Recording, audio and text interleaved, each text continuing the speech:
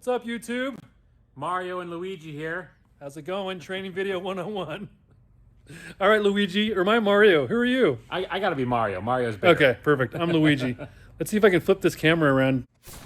All right, we're gonna go over some basic 101 jetter operation in the wintertime. So we're gonna start back here. Obviously, when you hook up to your jetter, make sure it's full. You're gonna come back here, you're gonna start the jetter, and you're gonna ensure that your hose is hooked in tight to your tank recirc line. So once you're sure that that is connected and tight, you are going to turn your water on. And what that's gonna do is the tube from this connection runs right up here and just recircs directly back into the tank. So once you get that going, you want to tighten your water bypass. This is how you control your pressure. And you want to just come back about a quarter turn. And what that's gonna do is that's gonna allow the water to also bypass through that valve so that when you get to your job site, that you can still control your pressure with that valve and it won't be frozen. So once you've done all that and you're sure that you're recircing, you're gonna drive to your job.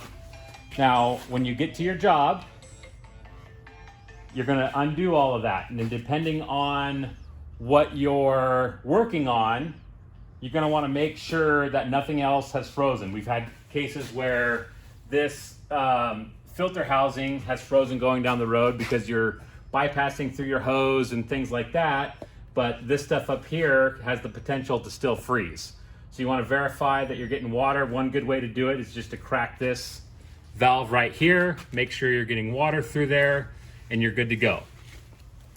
Now, you're gonna unhook from this bypass, obviously do your nozzle and do your job. Now, depending on how long you're on that job, this hose from here to here has the potential to freeze because you don't have water running through it. So a lot of times a good indicator, because this is the low point, is you'll see ice built up in this fitting right here. So if you see ice in this fitting, what you're gonna wanna do is you're gonna wanna select one of your heavier nozzles, put it on, run this hose back into the tank, drop it in there, zip tie, bungee cord, whatever you have to do to make sure that that hose is good and secure and not flopping around. And then you're gonna want to, again, turn your water on and bypass a little bit.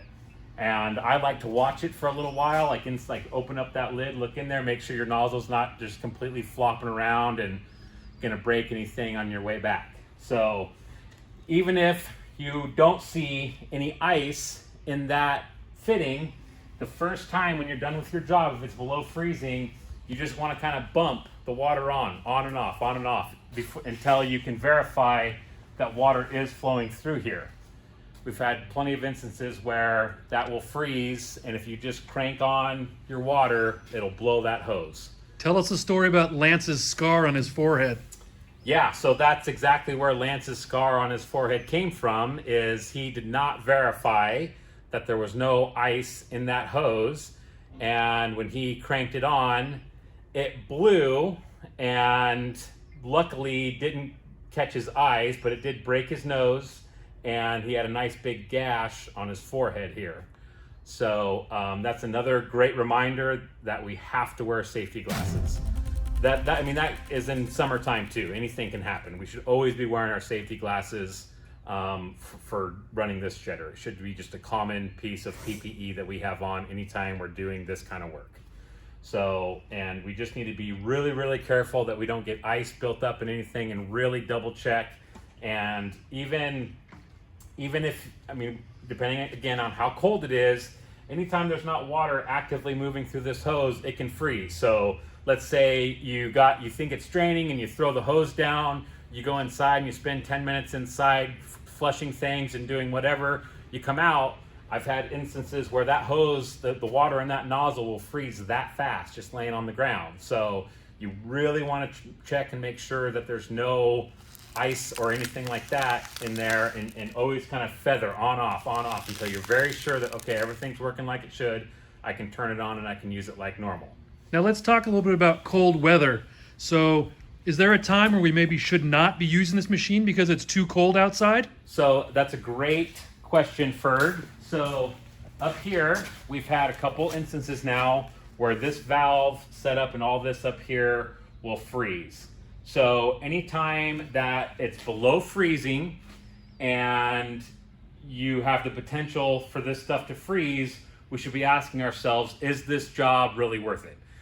Is it, are you going to a dairy and it's an emergency and things are backed up, or another commercial application where things are backed up? Then yeah, we should, we can mitigate those risks and get that job done. But if you're going to a regular maintenance and it's below 20 degrees outside, we should probably be talking to management and office and probably rescheduling that. So in the instance that it is an emergency and we want to try to get this job done for the customer, anybody that hooks up to a jetter should have a bullet heater in their truck when the weather's this cold. And what you do is, once you arrive to your job, take that bullet heater and set it up somewhere in this vicinity and be blowing heat into this area. Let's show them how to do that, Mike. All right, let's talk about the bullet heater now. Bam, magically a bullet heater disappeared. So what you're gonna wanna do is you're gonna set this, you need to have it back a ways because there are some rubber fittings and rubber hoses and stuff like that. We don't wanna risk melting any of that. But what you wanna do is you wanna set your bullet heater back usually about this far and have all that heat blowing on all this stuff up here to keep things running and make sure that we're not freezing anything. So one thing to keep in mind is that these bullet heaters need to have electricity. So if you're at a commercial property, it's usually pretty easy to find an outside outlet and run some power over. Now if you're going out to a dairy, it might be something that you need to communicate with where you're going, or another technician that's maybe been out there before, and find out if it's something that you need to take a generator with you or whatever we need to do to make sure that we can utilize this stuff. So, because it's really important, we've literally had these things freeze while they were being used.